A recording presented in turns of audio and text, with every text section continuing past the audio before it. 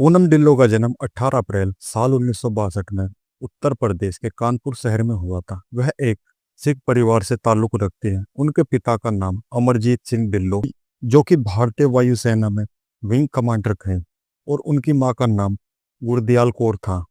पूनम का एक बड़ा भाई और एक बड़ी बहन है। पूनम अपने परिवार में सबसे छोटी थी और उसकी फैमिली काफी पढ़ी लिखी थी। पूनम जी का सपना अभिनेत्री बनना नहीं बल्कि डॉक्टर बनना था, क्योंकि पूनम का भाई और बहन दोनों ही डॉक्टर थे और वह भी डॉक्टर बनना चाहते थे। लेकिन 16 साल की उम्र में ही किस्मत को कुछ और मंजूर था। ओ सनम, हम दोनों रब मुझे माफ करे। और पूनम को बॉलीवुड में पहला ब्रेक मिल गया था। उनकी पहली फिल्म त्रिशूल साल 1978 में रिलीज हुई थी और यह फिल्म ब्लॉकबस्टर साबित हुई थी। इस फिल्म ने पूनम को रातों रात सुपरस्टार बना दिया। मुझे घर ले चलो। I want to go home. लेकिन इस मूवी में एक सीन ऐसा भी है जब शशि कपूर साहब पूनम ढिल्लों को थप्पड़ मारते हैं, लेकिन बहुत कम लोग ये जानते हैं कि यह थप्पड़ रियल था, क्योंकि यश चोपड़ा ने शशि कपूर को कहा था कि जो थप्पड़ है वह बिल्कुल रियल लगना चाहिए, इसलिए असली में ही पूनम ढिल्लों को शशि कपूर साहब ने थप्पड़ मारा था। लेकिन बाद में उन्होंने माफी भी मांग लेते।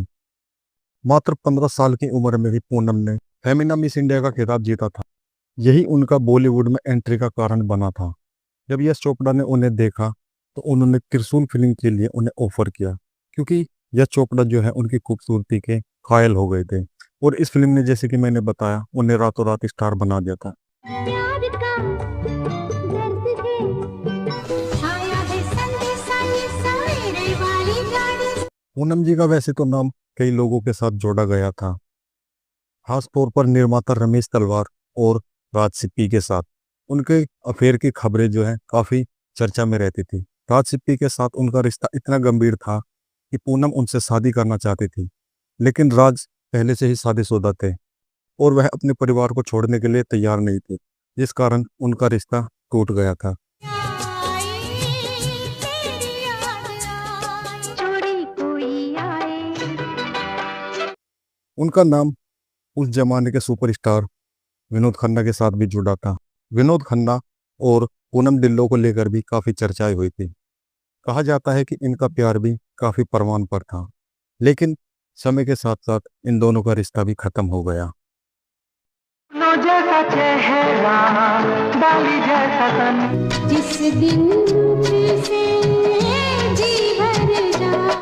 पूनम ने साल 1988 में निर्माता अशोक ठेकेरिया से शादी की थी। उनकी मुलाकात एक दोस्त के फार्म हाउस पर होली के दौरान हुई थी, जब अशोक ने उदास बैठी पूनम जी पर पानी की बाल्टी डाल दी थी। इस चीज को देखकर वह दंग रह गए थे, क्योंकि जब पानी की बाल्टी अशोक जी ने पूनम जी पर डाली तो वह मुस्कुराई भी नहीं थी और न ही कोई जवाब दिया था। अशोक जी समझ गए थे कि यह उदास है, और फिर उन दोनों का धीरे धीरे अफेयर शुरू हो गया था, जिसके बाद दोनों ने शादी कर ली थी। शादी के कुछ साल बाद अशोक जी और पूनम जी की अनबन होने लगी, जिसके बाद उनका साल 1997 में तलाक हो गया था। पूनम के दो बच्चे हैं, अनमोल और पालोमा। दोनों की कस्टडी पूनम जी के हिस्से में आई थी। पूनम ने 16 साल की उम्र में फिल्मों में कदम रखने के बाद अपनी पढ़ाई पूरी की थी।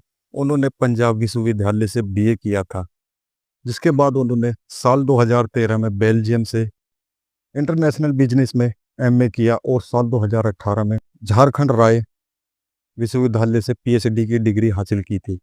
इससे हमें ये पता भी चलता है कि पढ़ाई की कोई उम्र नहीं होती है।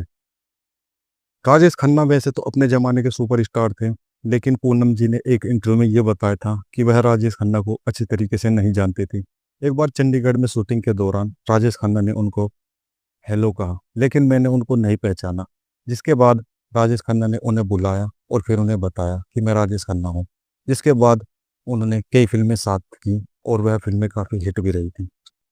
उन्होंने नशीली दवाओं की जागरूकता, एड्स जागरूकता, परिवार नियोजन और अंगदान जैसी सामाजिक मुद्दों पर कई कार्यक्रम भी किए थे। इससे ये भी पता चलता है कि उनके दिल में देश को लेकर भी काफ़ी प्रेम है और वह एक अच्छी इंसान भी है। पूनम ने अपने करियर में शशि कपूर, अमिताभ बच्चन, फारूक शेख, ऋषि कपूर, विनोद खन्ना जैसे मल्टी स्टार के साथ काम किया। और उन्होंने काफी बॉलीवुड को बड़ी बड़ी हिट फिल्में भी दी और एक से बढ़कर एक गाने भी दिए जो लोग आज भी गुनगुनाते हैं। पूनम जी की जिंदगी में काफी उतार चढ़ाव भी देखने को मिले थे। इसके बावजूद भी पूनम जी ने कभी हार नहीं माने। पूनम की जिंदगी से मुझे सबसे अच्छी सीख जो मिली वो ये मिली कि पढ़ाई की कोई उम्र नहीं होती है। उन्होंने काफी उम्रों के बाद जाकर जो है पीएचडी की डिग्री हासिल की, जिससे ये तो कंफर्म होता है कि पढ़ाई की कोई उम्र नहीं होती है। वैसे जैसे कि मैंने बताया, पूनम ढिल्लों ने एक से एक बढ़कर बॉलीवुड को हिट फिल्में और गाने दिए। फिर भी आपको पूनम ढिल्लों की कौन सी अच्छी फिल्म और कौन सा अच्छा सॉन्ग लगा, ये हमें कमेंट्स के रूप में जरूर बताएं। क्या पूनम ढिल्लों वाकई में खूबसूरत थी, ये भी हमें कमेंट्स के रूप में जरूर बताएं। अगर वीडियो अच्छा लगे तो प्लीज एक लाइक, शेयर और चैनल को सब्सक्राइब जरूर करें।